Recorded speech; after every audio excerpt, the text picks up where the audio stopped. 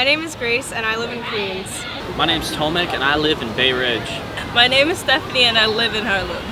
My name is Kevin and I live in the Lower East Side. My name is Brianna and I live in East New York. My name is Opeyemi and I live in Crown Heights. As a group of young native New Yorkers, we were concerned with how gentrification was affecting our city. In conjunction with EBC and the Hamilton Fish Computer Resource Center, we conducted interviews and shot around the Lower East Side to investigate how gentrification was affecting the people who lived in the area. We watched the film As the Sun Comes Up, the Bricks Fall Down, a documentary about gentrification that was filmed about 5 years ago by EBC. A couple years ago, I don't know if y'all familiar with the Boys Club that was over on Pitt and Houston. That was taken away from me when I was young for another residential building to be built there.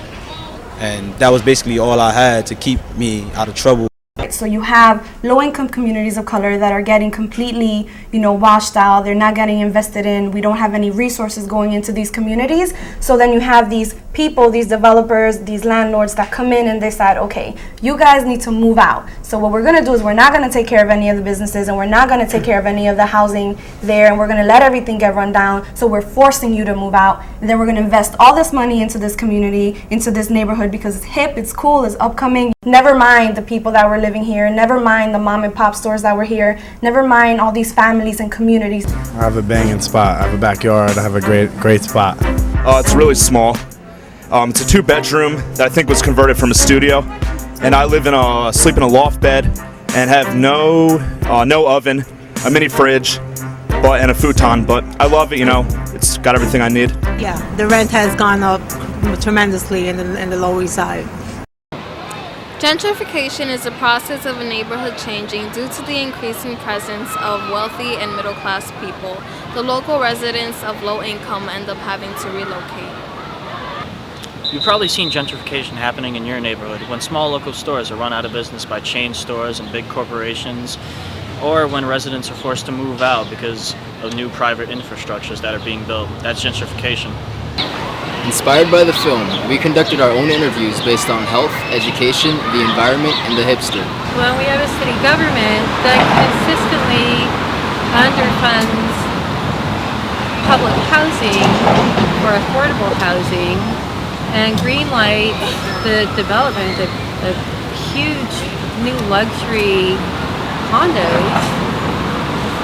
We will continue to aggravate the problems of inequality, and we create a population that lives right next to us that doesn't have access to the same schools, that doesn't have access to the same jobs or resources, that doesn't interact with the police in a way that makes them feel protected, but rather surveilled. And that's something that needs to be addressed. It's definitely gone up in comparable apartments to ours, and also a lot of new restaurants are starting to open up nearby in the neighborhood, and a lot of stores also that maybe chain stores that you wouldn't really have expected to see in Clinton Hill a few years ago are starting to buy property in the neighborhood. They're also starting to build a lot of big new apartment units. Certainly crime statistics look better now. It looks, from a tourist standpoint, the neighborhood looks nicer now, but it's you can see the impact more on the people that have lived there the longest.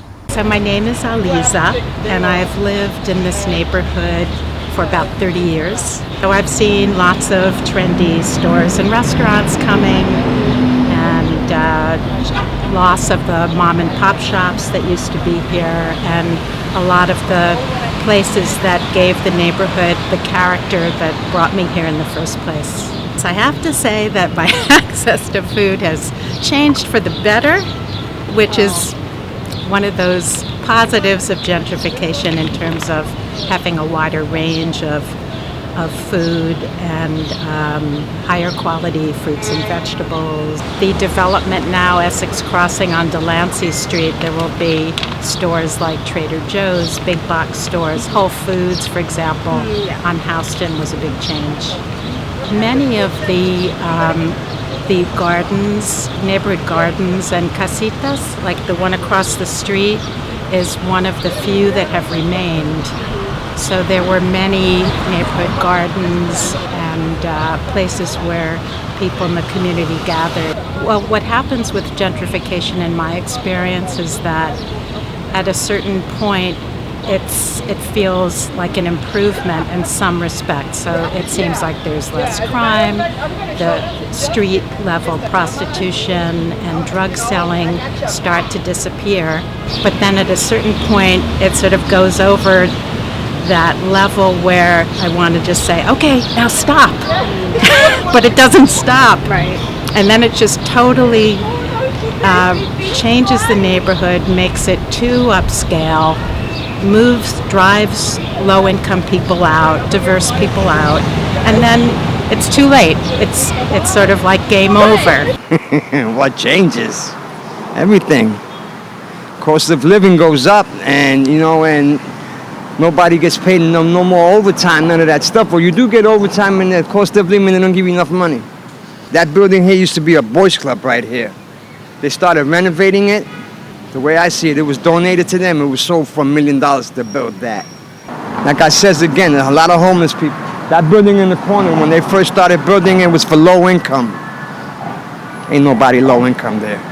People put down low income, and a lot of people don't read behind the fine print. There's a certain amount of money that you got to make, a budget what you have to make. They're building up new buildings up on the Lansing Street, low income. That's not for us.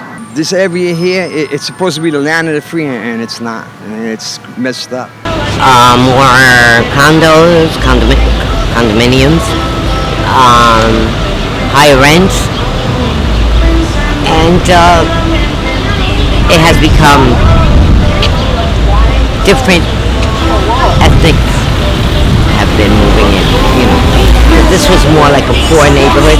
Well, they have brought in a lot of fresh foods, organic stores. Yeah, because we used to having tenement buildings, and now we all see it's condominiums, a co-op. This street for me is just amazing because it's changed so much just in the last 5 to 10 years. Walk down any street on the Lower East Side and you'll find the clash of old and new, and the new just a few years old.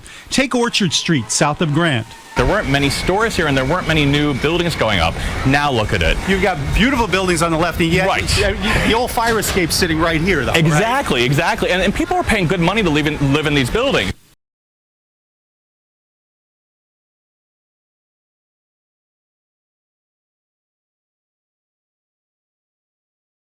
And my definition of hipster would be like a hippie in my mind. Someone with like style, like a trendsetter. I don't know, someone who rolls their own tobacco.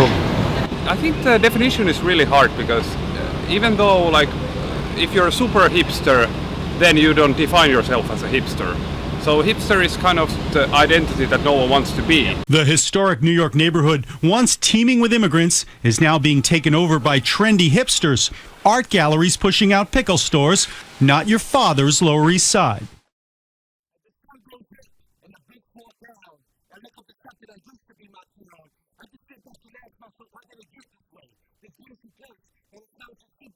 It's